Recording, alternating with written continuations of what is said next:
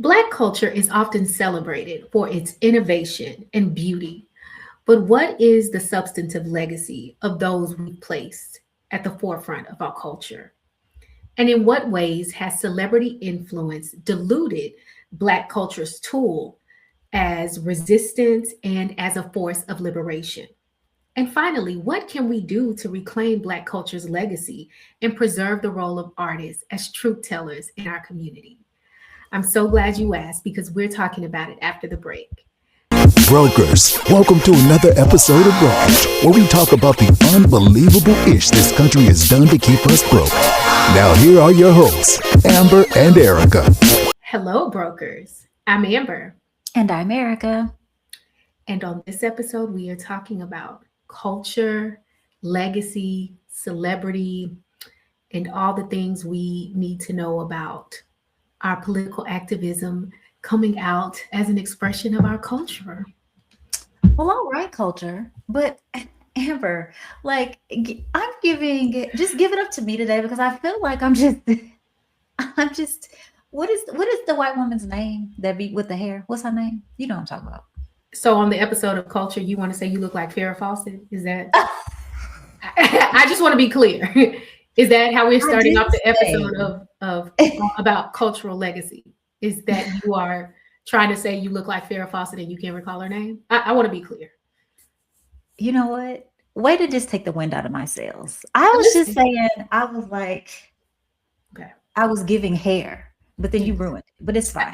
Listen, you are giving hair. Just the fact that you are attributing that to the appropriator, Farrah Fawcett, in the culture episode is wild. What I was really thinking was that the hair was kind of like 70s porn, but I was like, that's not appropriate. I feel like that's much more appropriate. That's what I was really thinking. Because we love and respect and stand sex workers. I mean, not for sure, but not the industrial pornography complex that exploits people, but we stand sex they workers. Need to be a part of SAG, honestly.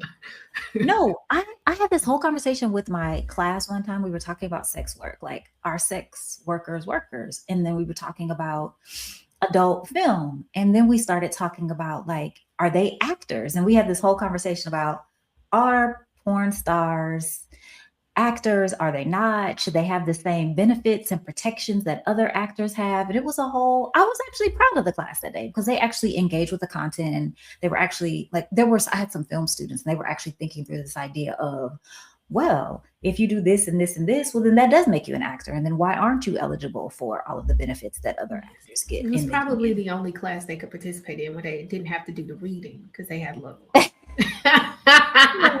little personal experience. I'm just giving people grace. But actually, I'm so tired today. You didn't ask because you rarely ask how I'm doing. So let me just jump into it. So I'm very tired today, Amber, because over the weekend, I was in New Orleans at an academic conference. Now, let me just at an academic conference during Mardi Gras.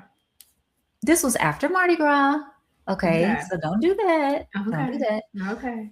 But I love an academic conference, and I love them so bad because in this world, in this society especially, we have so few times where you can like sit and really think deeply about a thing. Like people in the hallways, and they're fighting about the viability of Afro-pessimism, for example. Like these are the types of conversations that happen at academic conferences. And I love it so much because I just never have the freedom to be like, I shouldn't say that. If I turned off 90 Day Fiance, I would have the freedom, but I don't have as much freedom as I want to just like sit and think about some of these topics. Like, what does liberation look like? How can I build a radical imagination in myself? So I love it. I love all these people getting together. I had one of my line sisters. She was so kind. She came to visit. So it was just a good time. I drank too much and and I ate too much, but that's so you're not tired. You just need to repent. That's what it sounds like. What? Sounds like you need to repent. You don't need a nap. You need to have a little talk with Jesus. Okay. No, we're not going to do that. We're not going to do that. That's what I heard. That's what I heard. But I'm glad. You're acting very much like your mother today. You're acting like your mother today. It's fine. I thought she had the call on her life, not you, but okay. What have you been, Amber? I I've been good. We are just busy little bees over here, like Mhm. usual. We're getting ready to go on one of our big ghetto family vacations in a couple I love weeks. So, those. I spent this weekend. Every year, guys, okay, I'm going to share. This is a no judgment zone. Be vulnerable. Let it all out. Every time we go on vacation, I make a vacation bag for each member of my family. And so, I put in there little things I think they might need on the trip, just small stuff like hand sanitizer, those little handheld fans. But I also put our matching They also shirts in in there. perimenopause. What do they need the fan for? It's probably just for me. It's probably a projection, but Okay. but like those little cell phone chargers and our matching shirts and our custom itineraries for specific things we're doing for our family. And so I was like making vacation bags this weekend. Mhm. And so I'm a little tired because there's like 70 people, you need to make a bag for. And so, I love yeah. your commitment to that, and no, I do. I admire that because when I go on vacation, I tell my children to get on TikTok, and I have them in I'm like, look, y'all just gonna get on TikTok anyway. Just going out there to TikTok, tell us where we're going to eat, let the algorithm tell us. So that's all we're doing. We're just doing what the algorithm tells us to do. But Amber, after I saw that documentary on Netflix about that poop cruise, I just can't really get excited about like that really scared me. That Listen, was a I will horror. just say, it is not my preferred mode of vacationing. I am a germaphobe, and the thought of being on a boat is not necessarily the will of God concerning me. But for whatever reason, I am raising these little geriatric Gen Zers, Gen whatever they are, You Xers. got all the gens. As many Yes, I children as you got. mean, You and when we finally decided we were going to do something for spring break, these little Bamas were like, "We want to go on another cruise," and I'm like, "Okay, Leroy, like, I guess, like, and it was affordable, so we obliged, but this is not necessarily God's will. But I am getting them back for picking a vacation I didn't really want because we are all wearing Hawaiian shirts on the first day of oh, the cruise, and they are not pleased. My beautiful big black husband is not pleased that he is wearing a Hawaiian shirt, and it is just tickling me. It is a delight because nobody likes their Hawaiian shirt except for me and the youngest, the 10-year-old. Everybody else is ready to I fight. I hope you pay for the internet package because I want all this to show up in the group chat when you are out there with all of y'all in your Hawaiian shirts and your other shirts. I just can't wait to see it. Yes, yes. So tell everybody now that we know that my family's about to throw me overboard and I'm gonna end up on Dateline. What are we doing today and who's doing it with us? Yeah, so we are so excited today to have a friend of the show with us because I love when real life and because a lot of people are like the internet is not real life, and I think the internet is real life. So we meet these people on the internet, we have the show, we have these other things like we're only a part of Black Liberation Media because of the internet and then Facts. Jared and all the other things. But today I'm excited because I think it was like last year in Indianapolis. I actually got to meet a Musa. Musa Springer is a journalist, a cultural worker, host of Groundings podcast, co-host of Revolutionary African Perspectives on WRFG 89.3, and author of Alive and Paranoid. If you know Black Alliance for Peace or Black Liberation Media, if you are ever watching the Remix Morning Show, you have seen Musa in all of these streets. So Musa, we're so glad that you are here to join us today. Welcome to Brookish. Thank you. I am so happy to be here. And yes, it was awesome meeting you last June. We had a nice little kiki out on the lawn at the university. It was cute. Also, I have to push back because listen, Uh-oh. I am not a conference kind of person at all. Hearing someone say they love conferences, literally, makes my skin crawl. I met I you at a conference, Musa. What are you even saying? I We met at a know. conference. I know. And Amber, look, I met Musa at a conference, and not only that, Musa was a presenter of like more than one session at the same conference. And our exchange took place during lunchtime of the conference. outside of any sessions, outside of any workshops. You know, I'm Fair, just saying, I'm just saying. But no, I'm fair. just playing. I am very happy to be here speaking with y'all though, for sure. No, That so is hilarious. Musa's lying to start because look, I know you like a good Mhm. conference just like I do. I mean, when I tell you Musa's up here presenting and got ideas and for 2 hours at a time, okay.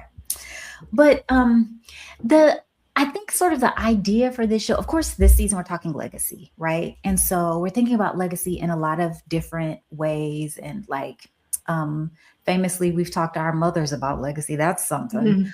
Mhm. Um, but where I think I must have been watching the Remix Morning Show after the Super Bowl happened and Bad Bunny and all of that. And I think there's just a lot of discourse. Why you shaking your head, Emily? I'm asking you No, why you I'm shake. talking. I'm just talking about the ridiculousness of the discourse. But anyway, keep going. Okay.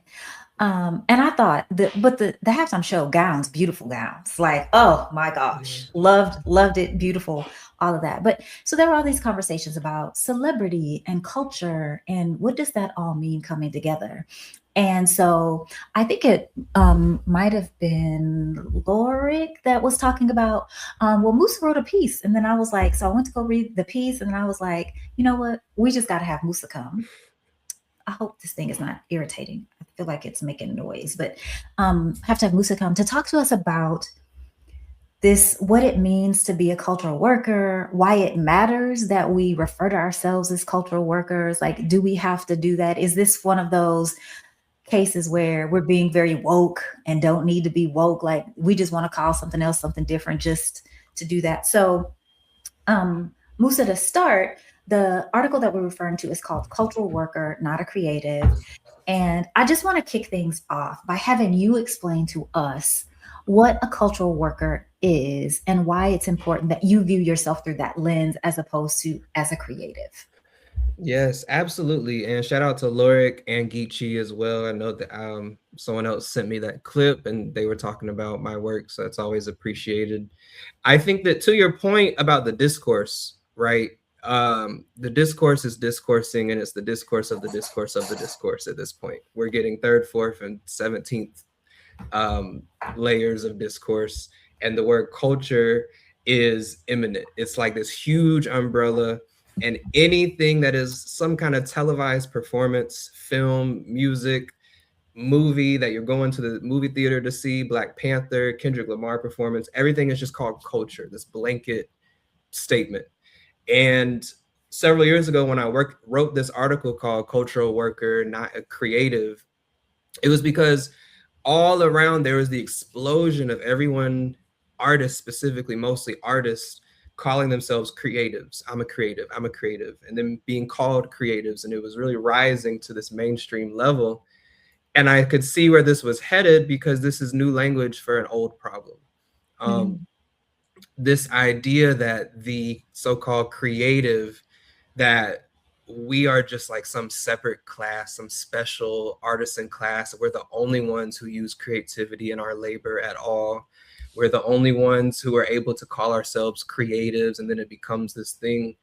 I find it really problematic, and the counter to it for those of us who are connected to movements in any kind of way, or who want to be, or who do work where you are really focused on shifting culture, shifting narrative, um, political education, these kind of realms, right?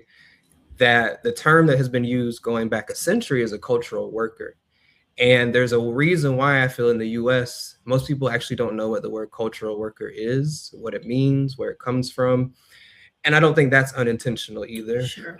Yep. right? Yep. Because then you have to call yourself a worker, and no one wants to believe they're a worker, first off. And then second off, you have to look into the history of the word. And so the term cultural worker really comes from like the communist movements of the USSR and China, first and foremost. But it was used to describe essentially any class of people whose work deals with the realm of culture and has a kind of intentional political overture or direction behind it. And so that is not synonymous with artist, right? As I write in the piece, not all artists are cultural workers, not all cultural workers are artists. One can be both of them, one could be one or the other. And like the two of you, I don't know if you two consider yourselves artists per se, but I would consider you cultural workers because you have a podcast, you're engaging with the cultural topics of the day, and you're trying to give an input into the cultural discourse, to use the word. And so, yeah, I would say the term cultural worker used just to describe someone whose labor involves some form of creative output and input, and they're intentionally using that labor towards the goals of movement, of radical organizing, political education, and conscious raising. Okay. And I think I completely missed that piece of it because I'm like, so in your estimation, cultural workers have to be politically motivated. So I can't, it's not enough just for me to do this cultural work in this environment. I have to do it with the goal of changing whatever the thing is and contributing politically. Well, so I think that's kind of the rub, right? Is nowadays we do have people who call themselves cultural or culture workers who are completely depoliticized, right? So this is the kind of other side of the coin. There are now people in 2026 who have taken it and ran in the other direction, whose work might literally have nothing to do with liberation, Black liberation, whatever ethnicity liberation at all. But now they're using that term because they are intentionally wanting to have an impact on people. But having an impact on someone is not cultural work, because you can have a negative impact, you could have a fascist impact, you could have a revolutionary impact. So it's like that specificity. Girl, specificity. I know what you mean. We got you. I'm from Georgia. We don't you know, so yeah, I think that's the thing is, right, it's a double-sided sword at this point, because the powers of co-optation are so self-sustaining and strong nowadays that someone's like, ooh, I love the way that sounds, and then they just start calling themselves that.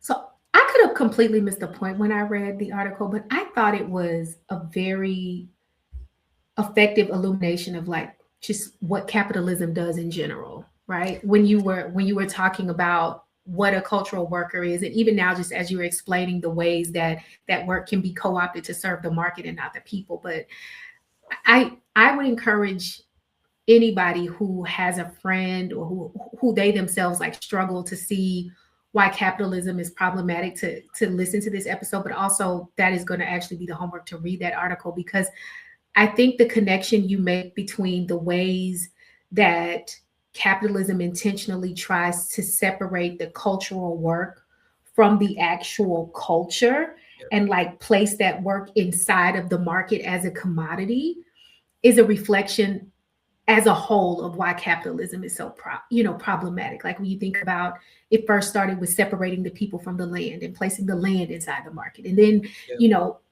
literally placing the people inside the market as a commodity. And so I am curious about your thoughts of what a cultural worker can do to act with intention to make sure that they don't sort of fall into that insidious trap of having their work become a commodity that actually furthers the tools of exploitation and oppression, as opposed to, because I do think some people don't know. I think there are some people who would raise their right hand to the Almighty and swear that they were doing righteous work. And, like I truly believe Killer Mike could probably pass a lot. Oh, we're naming names today. We're naming Atlanta names. I'm just giving an example. Like he is somebody that I look at, and it's very hard for you. It's very hard for me to not criticize him, but to give him the vitriol I would give somebody like an Emmanuel Acho, because I truly believe in his heart, he believes he's doing righteous work. I do believe that. But how do you, what advice do you give to somebody of ways to be mindful that in doing cultural work, that they don't actually do harm? Well, I think that's a good question. But first, you got to back up and actually define culture, because radical means to grasp something at the root. And so the root of it is, first off, do we know what culture is when we say this word? And it's a word that's been abused, disabused, disowned, and then reowned 1,000,001 times, right? And so I like to use Walter Rodney's definition. Walter Rodney, for those who don't know, was a revolutionary historian and activist from Guyana. He was assassinated in 1980 by US-backed assassin Gregory Smith. Walter Rodney, in his book How Europe Underdeveloped Africa, it's a history book, but he spends a lot of time documenting the culture of Africans. And he says a culture is a total way of life. It includes how we greet the newborn and say goodbye to the dead, right? It's how we organize our breakfast in the morning, how we walk people to and from school, how we treat the elderly and the youth. Culture is a total way of life. The way that we're taught culture under capitalism is that it is a product. Culture is made to be synonymous with entertainment or fine arts, and very little in between, right? So if you think of culture as only entertainment, and you turn on your TV, you see the BET Awards. The BET Awards every year calls themselves the culture's biggest night. That's their tagline, the biggest night in culture. Then you think that's what culture is, right? If you think of culture as products, then you think Amber Rose selling flat tummy tees and waist trainers on Instagram is culture. You think that people who use the word doing it for the culture means they're doing so. But culture is practice, not product. Culture is relations, not retail. And so culture is our social relations, meaning if us as a people, a group of people, we have, because of the conditions we're in, the way we go to church looks a very particular way. The way we dress, the way we form community and bonds through church looks extremely different from our oppressors, right? Well, nowadays, in a lot of places, but you get you see what I'm getting at. And so when a cultural practice creates products or artifacts, that is like proof of a culture that is related to culture, but is not synonymous or equal with culture. And that having that misunderstanding allows our oppressors to get away with a lot, because now we're calling things culture that have literally nothing to do with our history, our people, our daily day-to-day practices. That's what culture is. So the Black history end cap at Target is not culture. I think it is because no, I'm just kidding. No. no, we're supposed to be boycotting Target. Tabitha Brown said, "Why she catching strays on brokers?" We're supposed to boycott Target because Jamal Bryant told us to. Got it. Yeah. Okay. I mean, one could. So, but the reason this is important, though, is understanding culture as a practice, not a product. And products often do come out of that practice. But once something crosses over from practice to commodity, then we're no longer in the realm necessarily of culture. When you go and see Alvin Ailey perform and their dancers are performing on stage, the culture is not that I'm buying a ticket to give my little 3% of my ticket that probably goes back to them at the end of the day. The culture is what they're doing on stage. That is the part that actually is not necessarily the commodified industry around it all. And having that separation is really, really, really important. And so I'll close and I'll end because I'm ranting now. But I think to your question, the reason why so many people think and feel like I'm doing this for the culture, I'm doing this, it's a tagline, it's a phrase, it's a motto, it's very empty, the culture, the culture, the culture. Kind of like when people say the movement, the movement, the movement, like whose movement, what movement? It is because we don't know what culture is. We don't have a definition of culture. We're not taught to look at the material basis of culture, right? Culture doesn't spring from nowhere. Our practices come from our conditions. If you want to look at our culture, you have to look at our conditions and our practices. And so if you grow up and you think Killer Mike is the epitome of culture, then you're just going to emulate that, and you're not going to understand, that you might be working against your own interests, basically. And Amber, I don't know if you saw, so Musa is such a real one that Musa's like, you talk about Killer Mike, but here's an article that I wrote about Killer Mike and Black misleadership. So that's how real Musa is. Like, but so Musa, I have this question. So Amber and I recently spoke to our mothers about legacy, and we talked to them about this. I don't know that they answered us, child, but we talked to them about what it was like to live in the period of segregation.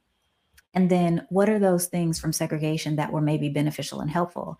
And as I'm listening to what you're saying related to the culture and our ideas around it, I'm wondering if you've thought about just how integration partnered with capitalism to get us to where we are now, right? So we also have, I think, like, what is Black culture anymore when we don't have, and I hate to be one of those people that say we don't have Black community like we used to, but where Black people are just not living together in the same ways that we used to live together.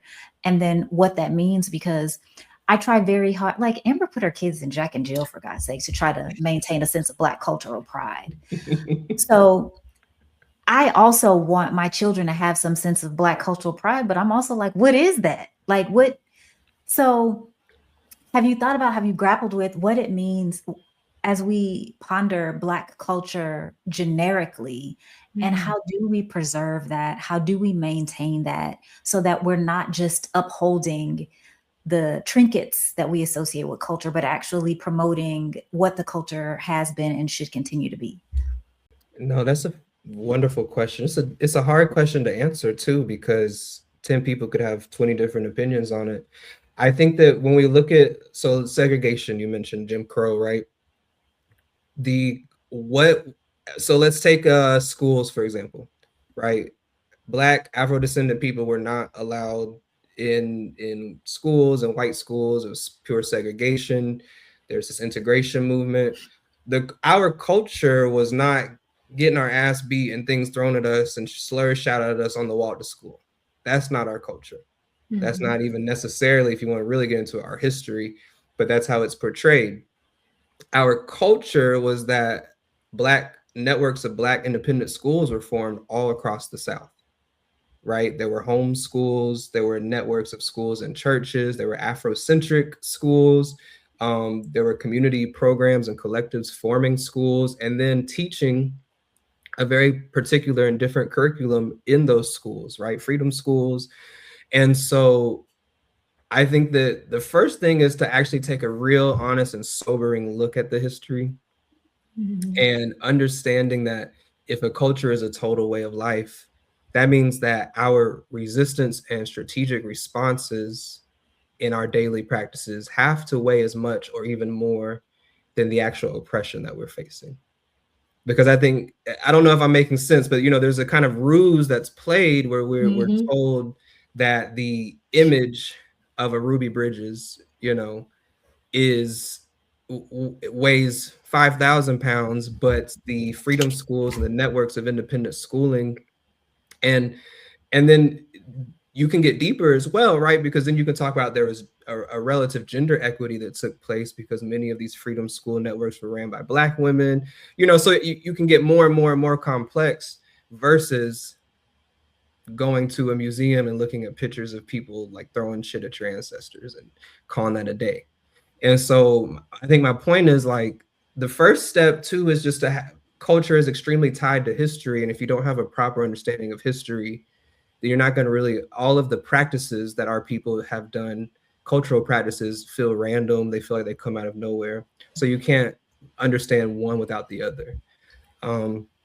And then beyond that, I really don't have a answer, honestly, because like we're in Black History Month right now, and I'm seeing like social media ads for people selling Black History cupcakes. I saw that this morning, and they said represent the culture for your next birthday party with these RBG cupcakes. And I'm thinking to myself, like, it's gotten out of hand. It's to a point where it's how do you get something back to what someone like a Carter G. Woodson meant when they first founded Negro History Week, which later became Black History Month. And when the words Black history themselves are now a commodity. Yes. You know what I mean? Like, I don't actually have an answer for how you get that cat back in the bag, but I do know that those of us who are cultural workers have a mandate. We have a mandate from our ancestors, from our cultural workers of the past, to tell it like it is and tell the truth, and in a way that connects with as many of our people as possible. And that's all I can do. I also think it's interesting because you started this by telling us we have to sort of back up and we have to define things. And I think part of the reason why some of this is so difficult to expound upon is because when we look back at our own cultural legacy around desegregation and things like that, I think one of the main missteps we see internally was the conflation between integration and desegregation, right? That those are not the same things. That what we were fighting for was a systemic desegregation. But that is the danger of what happens when the culture becomes a commodity, because then instead of keeping the main thing, you start aspiring for integration when originally the goal was just desegregation. Like, we want to be safe in our own communities. We don't want to be prisoners. We don't want to be confined. We want to move freely, but not necessarily lose the connection we have to each other, between each other. And I think what happens is that when you have like those Oh, is this where we talk about the Black Miss Leadership class? Well, yes. Yeah, I was about to say those Nixonian, things that happen. Black capitalism. Yes, you create these aspirations around not just being legally or politically free, but actually living in and among the white people. And I think that is when it becomes harder to preserve our stuff as sacred and keep it from being swiped away as commodities, because you can't be a little bit capitalist, right? It's like being pregnant. You is or you ain't. Yeah. Exactly. Yeah. I did recently hear a comedian tell a very funny joke about how pregnancy is a spectrum similar to autism, and I was laughing a lot. And I do think, it's a spectrum of sorts. But even take look at like a bus boycott. And today we're talking about culture. And if we define culture as practices and a way of life, what did the way of life have to look like to sustain the Montgomery bus boycott for, was it over a year, I believe? Over a year. What was the cultural practices that had to be created or already created and had to be sustained to pull that off? You had to ride wherever you needed to go with a big group of strangers, probably people who you got to know along the way. You had to network and organize your own routes to get to places. You had to not get to a lot of places and just be okay with that, and have networks of mutual aid to be created to fill in certain gaps. You had to have meeting spaces. You had to have someone to organize the food for those meeting spaces and the childcare, and et cetera, et cetera, et cetera, et cetera. And so culture becomes powerful not when it's the #1 trending song on the Billboard charts. Culture becomes powerful when you step back and look at and assess the daily practices of a people to survive. Like, that for me is, that's awe-inspiring. And so I think the other side of what you're saying too is our oppressors have a culture too, and they have culture too. People love to say white people have no culture. I'm people. I love to say that. But I think at the same time, they actually have an extreme culture, right? Like, if we're looking at a 400 to 500 year history of the Europeans, they have a very violent culture. They have they have a culture of degradation, of denigration, of hypersexuality, of exploitation. If we look at culture again as a culmination of a people's practices and social relations, you could look at something like the Epstein files and say, yeah, this is par for the course. They were in Columbus's journal. This is in 2026. They were like, when in France, they would literally raid Egypt for mummies, for mummified Egyptians, bring them back to France and have huge parties to eat these mummies. The #1 paint color in France, that is this brownish color that they use for skin tone, is called mummy brown, because they literally grounded up the bodies of mummies and turned it into the most popular paint pigment. And my reason of saying that is, if we understand that culture is not, for white people, is not like Shania Twain or someone singing Dolly Parton or what's some of these actresses, that is actually the historical precedent for the culture of Europeans. And so if you kind of decapitalize, I don't know the word for that, how you really are viewing culture, you're like, oh, stuff kind of starts to make sense, and you understand it on a deeper level, that they do have a culture. And we actually have to be diametrically opposed to most parts of that culture. Mhm. And we actually have to understand our culture in opposition to negative aspects of that culture, of our oppressors' culture, right? So So yeah. relatedly, Musa, this idea of they have a culture and we know the vile history that it carries with it.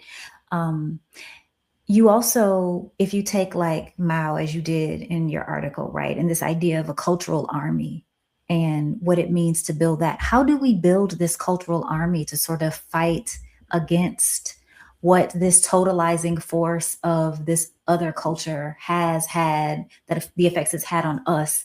How do we build a cultural army? Who are the recruits, and who are the not people not fit for duty? Like, is Killer Mike fit for duty?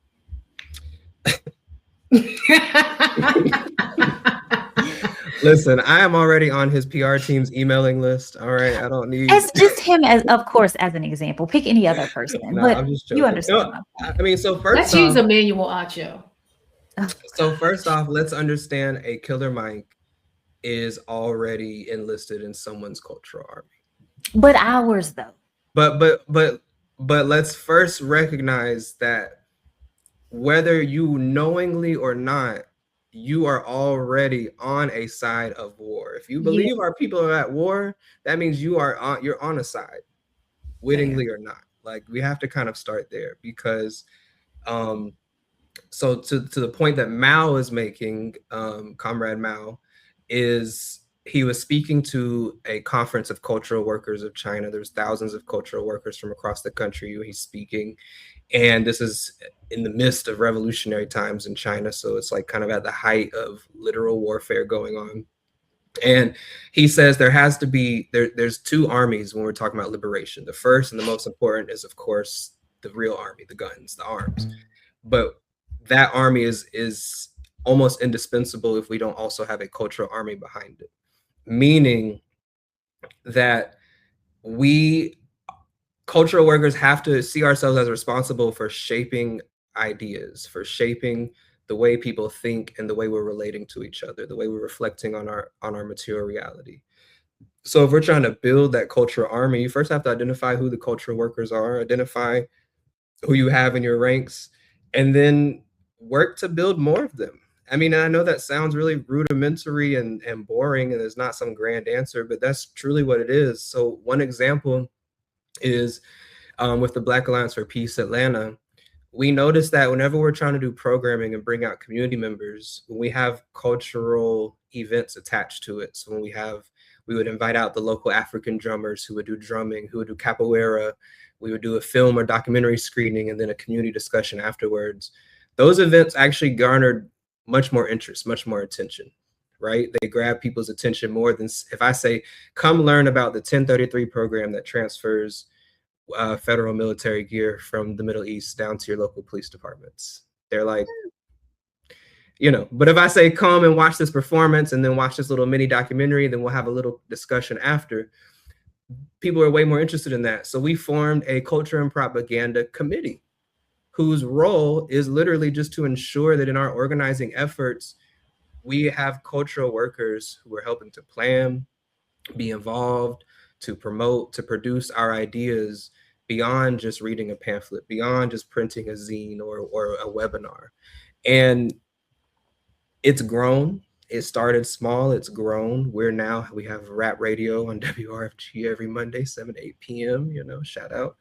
And, but yeah, building the culture army, I mean, there's not some grand answer. The problem is that we're fighting an uphill battle. I think, yes. We're fighting on platforms We're fighting that are celebrity. Yes. We're fighting celebrity. We don't have a leftist, quote unquote, celebrity apparatus. Do we want one? You know what I mean? Like, I think. Let's talk about that, actually. So in times past, not back in my day, I'm not that old, but before, I felt like there were cultural workers who were interested in the liberation of Black people and who found some mainstream success. Is that just not a possibility anymore? Like, I don't know, Paul Robeson, Harry Belafonte, Muhammad Ali, or, and we can fight about whether you agree or not in terms of who those people are. But did they do that thing? And then who are the people who can do that thing, if anybody, today? Well, I think another friend of the show, shout out Dr. Jared Ball. You know, he says there's a trifecta. You can't be rich, famous, and politically radical at the same time. And I can't, very hard to find any examples outside of that, first off. So look at like a Nina Simone, extremely radical, not very rich, was forced essentially more or less to at one point only play for European audiences because it was so deeply hostile in the US. Um, you look at a Harry Belafonte. The big thing with Harry Belafonte was he was such a staunch supporter of Cuba and the Cuban Revolution, and it gravely marked a lot of his career. You have a Harry Haywood, who at one point was perhaps the Beyonce of his time, huge, huge celebrity, who would eventually be forced to testify in front of Congress for him called a communist, and there's a lot of written about what happened to him in terms of repression. And so I think like we have to ask ourselves, one, is celebrity what we want? Like, what is celebrity? I think Amber may want it, but sorry. I think maybe Amber has earned it, like. But I mean, seriously, like think about what, celebrity is a mechanism. Celebrity is not synonymous with talent. Talent is very close to being irrelevant to talent. Celebrity is a mechanism through which propaganda can travel. It's a vehicle. It's a vehicle for propaganda, good or bad, who knows, but that's the baseline. And so is it that we need our own celebrities to advance, or should we try to create a culture that actually doesn't value celebrity, right? That might value a local cultural production over one that's happening in 500 theaters across the country. You see what I'm saying? Like, I think that is a much more scary or difficult question to approach because we are so inundated with celebrity. But if you take it out of the US and you put it somewhere like Cuba, Cuba does not have a celebrity apparatus in the way that we do. So Cuba had a socialist revolution. The celebrities in Cuba they have no equivalent of a Kardashian. They have no equivalent really of a Beyonce. Their celebrity is like Fidel Castro. Their celebrity is Che Guevara, Martin Luther King. There's literally Martin Luther King and Malcolm X are painted everywhere across the island, everywhere. So they have celebrity, but they're celebritizing people who fought for liberation because that is like what they value, So if we are to have celebrity, I think we have to radically like, who are we? I don't know of anyone deserving of celebrity in my life. Like, I don't want to make people into celebrities, but I do want us to just completely turn it on its head. Yeah, there's so much you could say about celebrity, but I'll let y'all go. I have a question about whether this is a place where we can hold tension or walk and chew gum. Because this is something I struggle with. I remember, no, bitch, I don't want to be no celebrity. But I like going to Walmart in bonnets and no bra, okay? Unlike you, respectable Renee, okay? I value my ability to go out braless and fully in bonneted, okay, in the universe. But one thing I do struggle Monique would with, be ashamed. I know, my baby, my baby. But I remember very distinctly last summer being at Beyonce's Cowboy Carter tour. I went, it is what it is, light me up, okay? But I just remember thinking during the part of the show where, she runs the visuals, like all of these beautiful curated historical images of like Black cowboys and just historical references that were really genius. I mean, just really a showcase of Black beauty. And thinking like, it's really shitty that I've kind of come into this at a Beyonce concert, right? Like, the experience, the visuals of it. But one of the places where I sort of sit in the tension with myself is it an all or nothing in that way? Like, is it possible for us to appreciate the ways that these images, which are admittedly being placed there in furtherance of capitalism, how they illuminate lost parts of our culture? Like, is there a way that we can walk and chew gum in those areas, like to really appreciate these people, particularly her, because she's really good at hiding the billionaire status behind the, she can't appropriate Black culture because she's Black, but the exploitation and the commodification of the Black culture. But can we appreciate it and still recognize it for what it is, or do we have to just completely divest from it in order for it to go away? Divest. Okay. I mean, so I receive that. I know. I mean, I think this goes back to me saying talent is irrelevant. You know, very few people who would not argue Beyonce is not talented. As I saw her live many years ago at the On the Run tour. Her husband, unfortunately, was also performing. But you know, it's extremely one of the probably the top performer we have of our lifetime right now. I mean, it's phenomenal, and I think the capital that she has allows her to put together shows where she has a whole car flying over the audience, where she has the top videographers and photoshoppers in the world giving you beautiful Black history collages.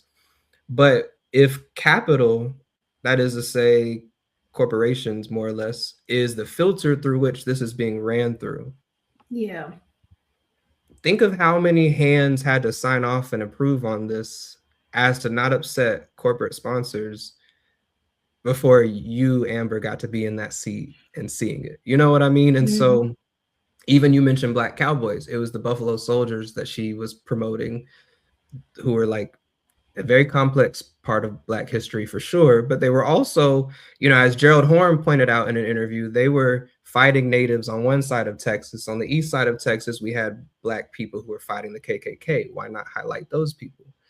And so I think that when it goes back to when it is a commodity and it's a corporate product that the beauty of it all is being filtered through, we have to stop and question, what are we being invited to celebrate? And what is the takeaway from it? One part of Beyonce's history that I have focused a lot on, and I should have sent it to y'all, but I have a whole timeline that I've put together. I actually do think Black people can misappropriate our own history and our own cultural practices, for sure. I think every Juneteenth we see people selling so many products, slap Juneteenth on it.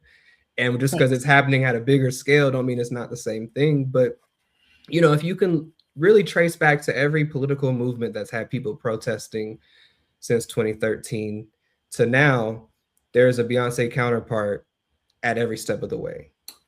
The mainstreaming of feminism with Chimamanda Adichie, everyone could be a feminist.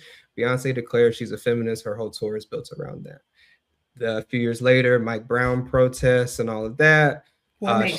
Formation. She's kicking the water with Kendrick Lamar on the BET stage, kicking the water, right? You fast forward a little bit, 2020, George Floyd, everyone across the African world, there's a very pan-African moment. Statues are coming down from Berlin to the UK to South Carolina.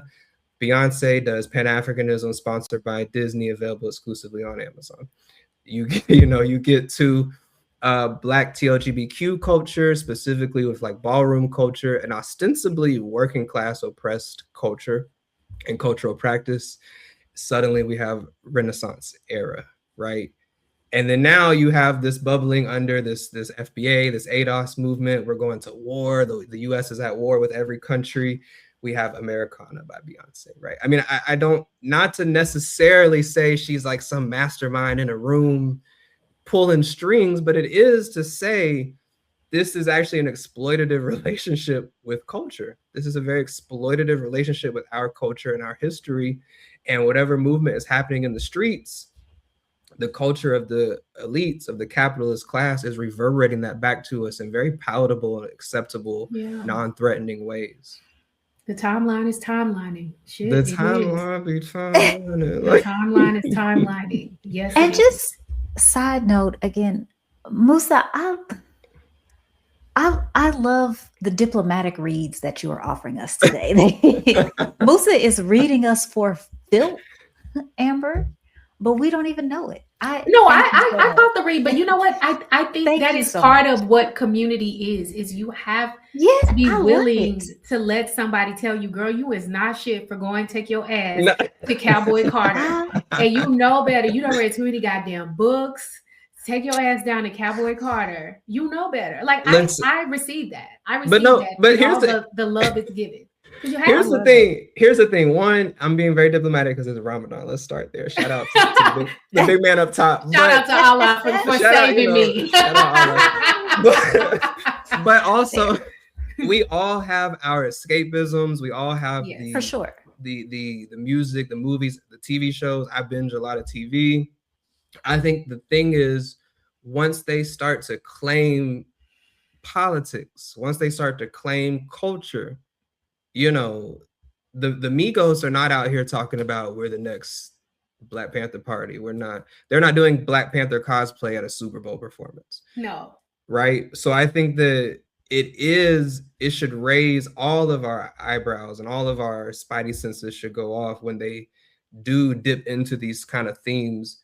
And then we should step back and look at, okay, what is the conditions of a literal billionaire doing a Black queer culture inspired album talking about I just quit my job?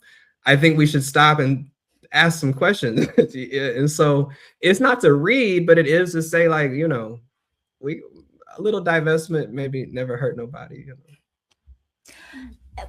And that's one of the things that I struggle with is, as somebody who is, Amber and I talked about this before, how we're sort of radicalizing ourselves over time, right? Like, so we're like, ooh, look at all the things happening. And then we sort of, I think, just together through this show and through other things that we're doing, are trying to do the work, as they say, right? And doing that. And hopefully one day we would actually feel good about calling ourselves cultural workers. I don't know that we're there yet. But I do, as somebody who is moving towards a thing, wonder where the boundaries are and how we let people get to move towards something too. Like, does somebody like Megan Thee Stallion, do we let Megan move towards something, even if it's the Democratic Party, right? Like, how do we let people grow and evolve politically? Musa, don't do this. Shout out Megan. Shout out Megan. I feel like we've all passed through that station at the train stop. That's y'all Texas sisters. So you know.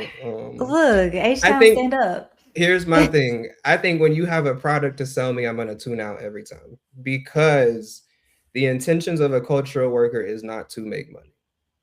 That doesn't mean you're from this show. Don't we? Amber, maybe we are cultural workers. Shit, it's solidified. Brokies. But I think, like, I think both intentions and impact are relevant when we're talking about cultural workers. And so I think the point is not to say whether or not someone is a cultural worker, but the intention has to be very clear and very important. So you mentioned Megan Thee Stallion. If you recall, she had a very tragic situation where she was shot by a short man, and then that in and of itself was not fine. That was like its own moment. Yes. But then afterwards, there was almost that was launched into like a deal with Planet Fitness, a deal with Nike, a deal with Popeyes. Every time, here you go.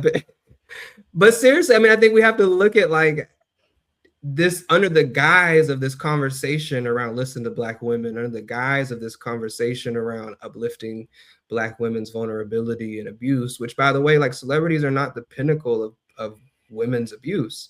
It's actually domestic workers who face the very top rates of abuse across the board in the country. So when we're asked to like focus solely on celebrities for this conversation, then to me, that's where you have that influence of capital and commodity and corporation. When a political conversation is being filtered through celebrity, it's really being filtered through capitalism and capital. Yeah, so if we're giving people something to run to, I would say run away from everything that tells you that commodification is the only way your art is valuable. It's the only way your podcast is valuable. Just before we started this, I was telling y'all I sent the episode with Kahinde on Malcolm X to my cousin, and he learned a lot from it and really loved y'all's podcast.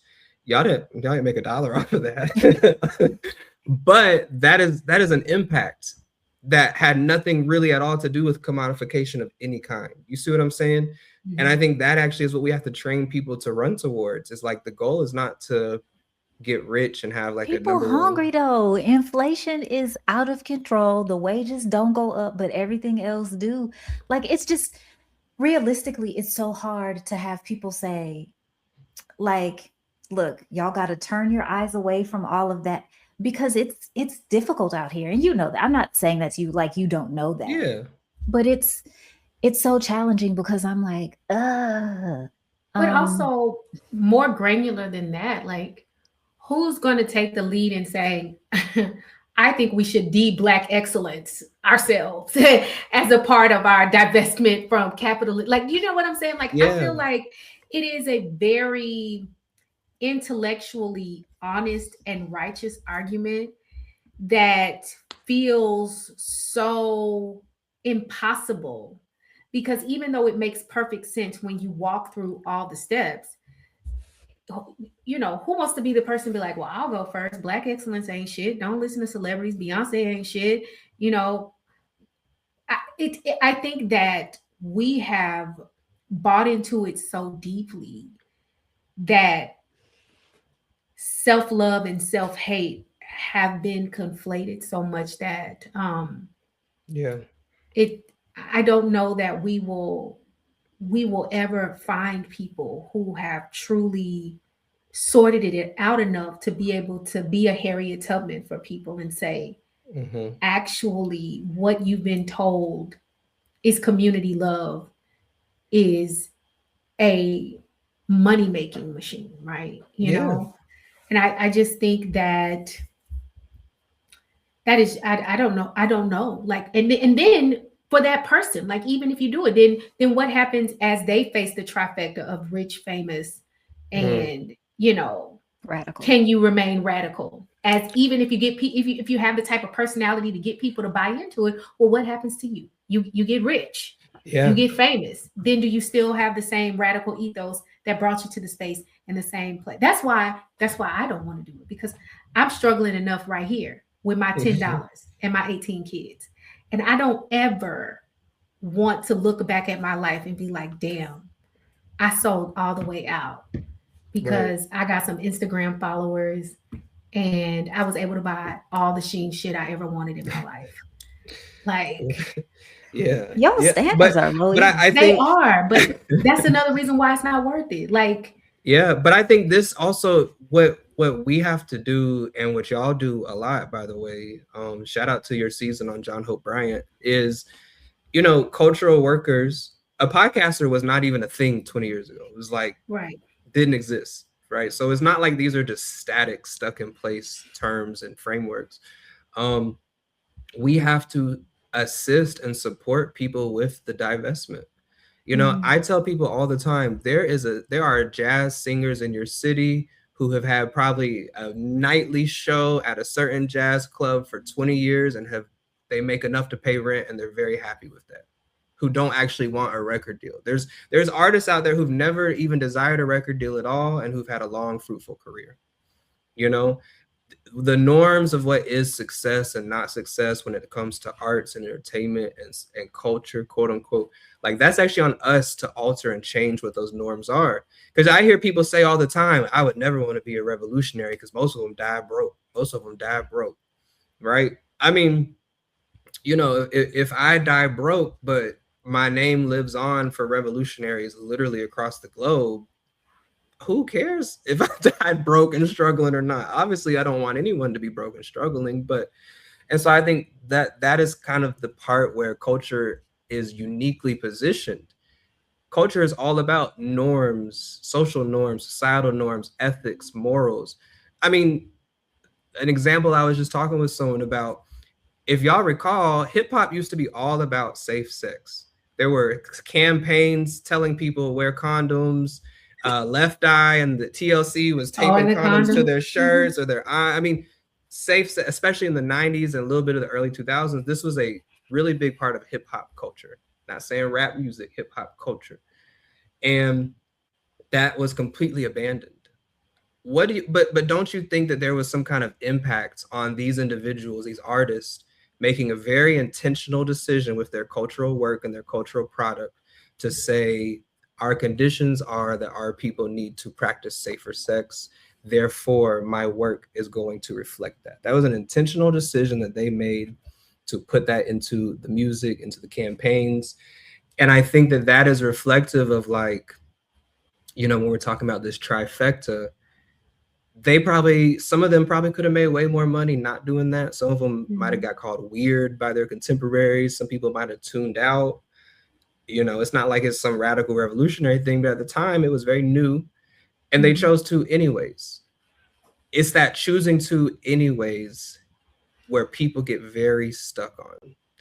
So what I like to do is do just like that and show examples through our history where people chose to anyways, versus the Black celebrities of today who have, you know, more cushion, more safety, more money than all of us who make far less risk on a day-to-day basis. Beyonce. Why are you bringing LeBron up? We weren't even talking about LeBron, and then you like. I was about to go back to Beyonce.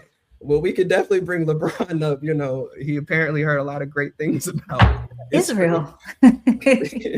He probably really did too. But a Beyonce, with all the money in the world she has, all the protection, all the status, she could have got up on that stage and pulled out the Communist Manifesto and started reading from page 1 if she wanted to. Oh, but then corporate sponsors start to pull out. Oh, but then your fans are a little confused. Then, so it's not that they're making very deliberate choices, and we also have to. I'll just say. No, you're right. You're right. Because then people gonna wonder why you reading the Communist Manifesto and then eating lunch with DJ Khaled, who can't say, you know, free Palestine, free Palestine. So yeah. No, that's true. That's true. Yeah. But then but you know what I'm hearing really, the reason why it's hard is because it's got to be integral.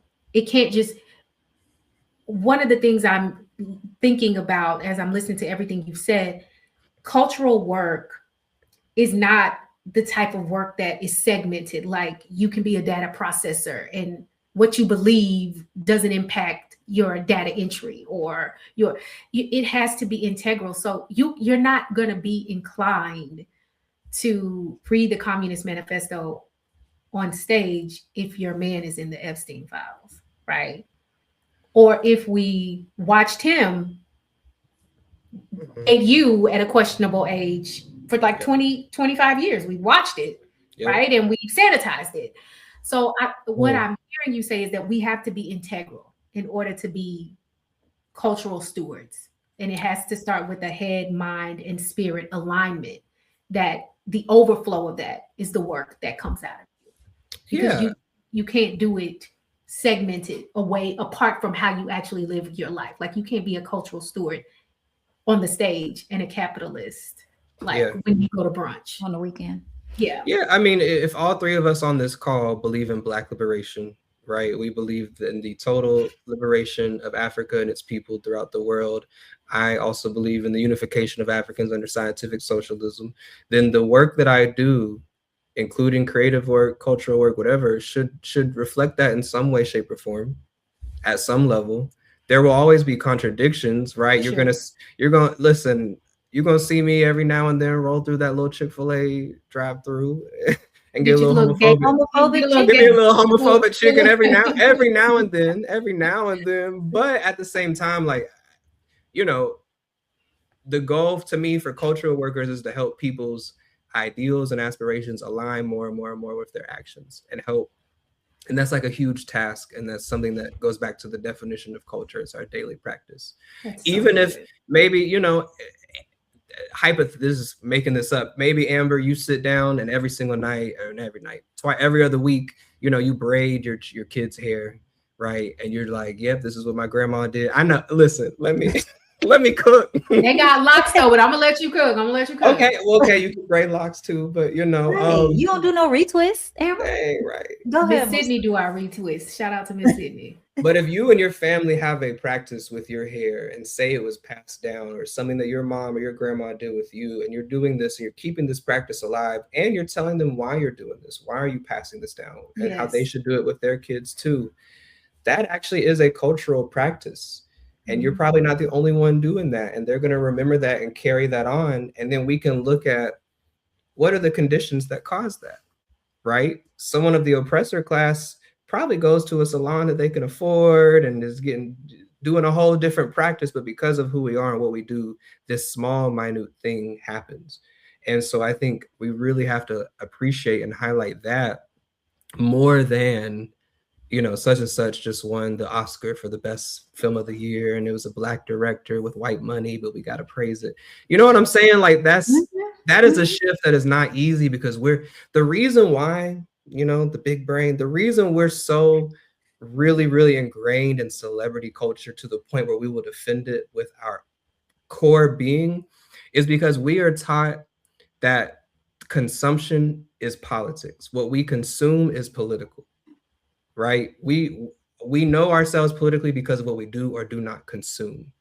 So if your appreciation for something is wrapped up in how much you've consumed it, how many times you went to see Black Panther and this, that, and the third, someone is targeting or criticizing that thing. They're criticizing something that you are consuming that you feel like is a part of you because you have consumed it. And when you combine that with a lot of the favor theology and a lot of the things that Black people ingest spiritually, you start out, I think, a lot of times with the presumption that those people who are elevated are there for a reason other than an insidious corporate purpose. They are there because God placed them there or because there is something special about them. And I think you assume or presume a particular type of morality that springs from that and a type of blessedness that must be on them by virtue of the fact that they occupy that space. And so I think there's a way that we take these people. That's why I'm not following no Jamal Bryant boycott at Target. That's why I'm not doing it. Like, but one quick thing, Musa, before we let you go. You know, as you talk about the Communist Manifesto, Marx had a sponsor, Engels. Where's our sponsor? Brokish ain't got no sponsors. You want us out here doing cultural work. Mark wasn't out there doing his work without. And he had a sugar mama because his wife was rich too. So I'm like, you want us doing stuff, and the people had sponsors though. We don't. So no, that's real. Like, that's real. Seriously, how do cultural workers sustain themselves? In like, because where the sponsors at? People are not gonna like my answer to this. Well, tell us. I'm about to sound real conservative. Get a job. Get a job.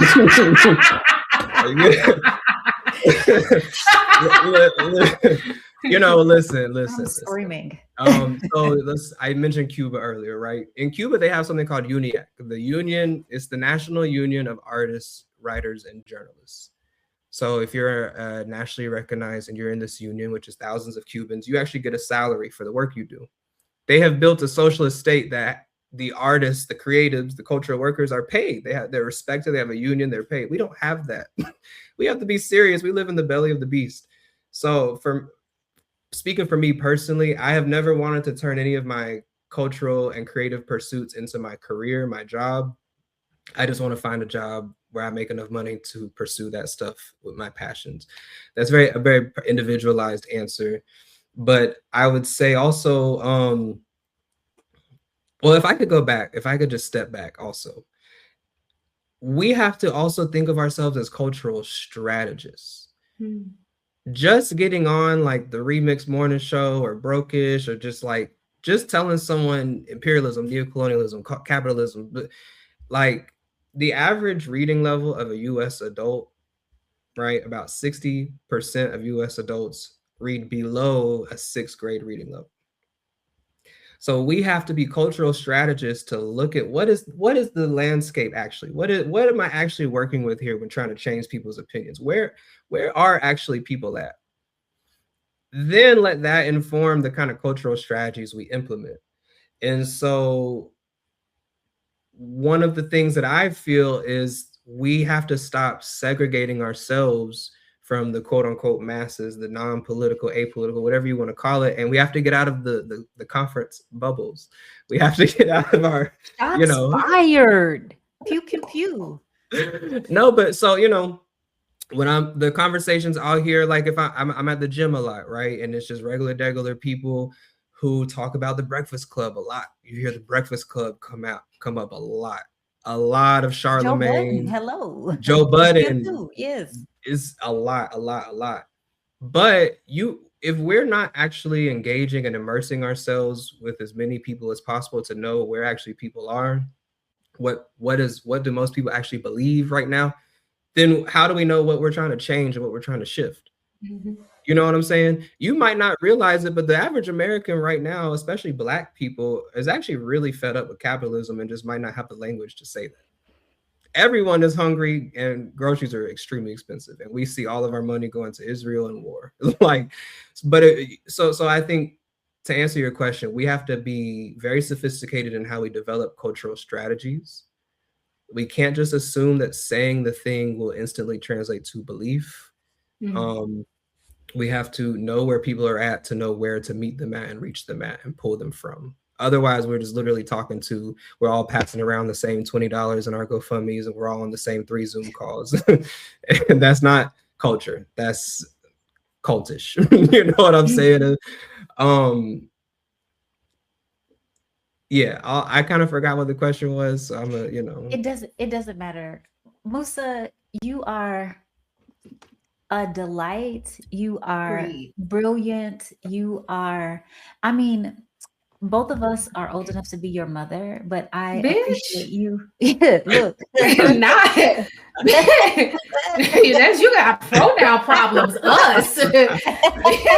that's funny. That is actually But I appreciate you being so gracious with your words and your thoughts and allowing us to learn from you. And I hate it's not been short time because I was like, it's not going to take that long, but it's been a long time. So, but I hope that you will come back one day and talk to us Yes. because there are more things that I would like to learn from you and hear from you.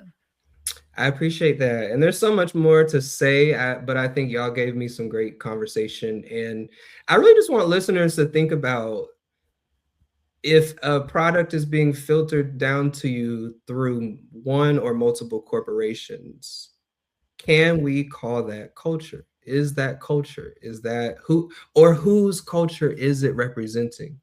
If we're watching the BET Awards and in between every performance is 7 commercials for 7 different white-owned products, even if they were Black-owned, it'd still be, who's it's a reflection of what culture and whose culture. Like, that's really the question I think people have to grapple with.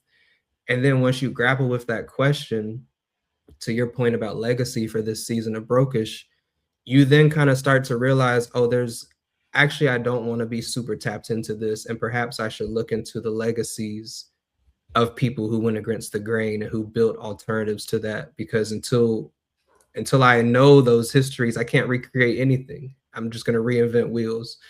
And I think that's extremely important, because we could also do a whole talk about the Black arts movement. That was kind of their whole point, was like, I see what y'all got going on over here with this little European capitalist industry thing, but we would rather use our work for this Black power movement that's bubbling. So we're going to join organizations, and we're going to use our poetry readings. We're going to use our plays. We're going to use our dancing troupes. We're going to use our ability to paint, like Wordsworth, Jarrell, and all these amazing painters. We're going to use all of that for this movement and bring people in that way, because I actually don't want to be in that gallery. I actually don't want to be on that stage. Actually, let's rebuild this other stage here in the West End of Atlanta where all the Black people are actually. You see what I'm saying? And so to know the legacy you need to tap into, you have to first know what you do not want to be a part of, and then go unravel from there. I think that's the linchpin of recognizing capitalist propaganda in any part of your life. Where's the product? You always got to be looking for where's the product. I think that's really the takeaway, in all of it, is once you get good at that issue spotting. I think your faith changes, your cultural lens changes, your community lens changes. So that's a powerful word. It's a powerful word. It's an unlearning process. And Mhm. also, I hear Act 3 is coming out soon. So let me know. Talk to Yeah. Amber. Now I'm not gonna Talk to lie, Amber. that straight hit me harder than the first one because I wasn't expecting that one. Woo! No, and I think also people can go and look up an article I wrote called Neo-Colonial Capture. And I'm almost finished with part 2, which is the response to neo-colonial capture, which is cultural autonomy. That's the aspiration. But all of like you look at like an Essence Fest and people are like up in arms, ready to storm not the Superdome, but ready to storm wherever it happens because this is our culture. And that's like Essence Fest is a corporate event. It's Why just is a good that? time. It's Why just a it's good just a time. good time? Why does this have to Yeah. be reflective of our culture? But when you don't have this solid definition of culture, and culture for you is commerce and commodity, then you can really easily slip into cultural nationalism, toxic nationalism, and be like, oh, we got the best culture because everywhere you look on earth, our people are at the top of the charts, but you have no understanding of the imperialism that helps put people on the charts. You have no understanding of the corporate structure that's telling you a certain thing is culture that you probably didn't care much about actually 5 years ago that you're now willing to defend until you're blue in the face. And so there's so much more we could talk about, but people should think through the idea of cultural autonomy. How can we build autonomous cultural spaces where we have cultural autonomy as much as possible under fascism? Like Black Liberation Media is a great example. There is a level of cultural autonomy we have in which our culture, our histories, our practices can be shared and celebrated and propagandized and put out into the world. The goal is cultural independence and autonomy at the end of the day. Amen. Well, Musa, thank you so much for joining us. We will certainly invite you back if you'll have us, and we'll have another conversation. All right. Peace, y'all. Assalamu alaikum. Bye. So, Amber, what you got for the homework, girl? Besides reading, I have all of the articles that Musa sent me. So, besides reading all those. So I want everyone, and even if you don't read them all, my personal recommendation would be to start with cultural worker, not a creative, and just think through the ways in your own life and in your own experiences, things that are dear to you have been co-opted by the capitalist society that we live in. I think it's a great way to start with identifying what capitalism is and how it takes things and hijacks them. And so let's talk about it in the comments. So after you read, and if you can get through all of them, child, get through all of them, but I'll let Dr. Pebbles do that. I ain't gonna make y'all read all. Wow. Amber and Musa just told y'all can't read, so I don't know. But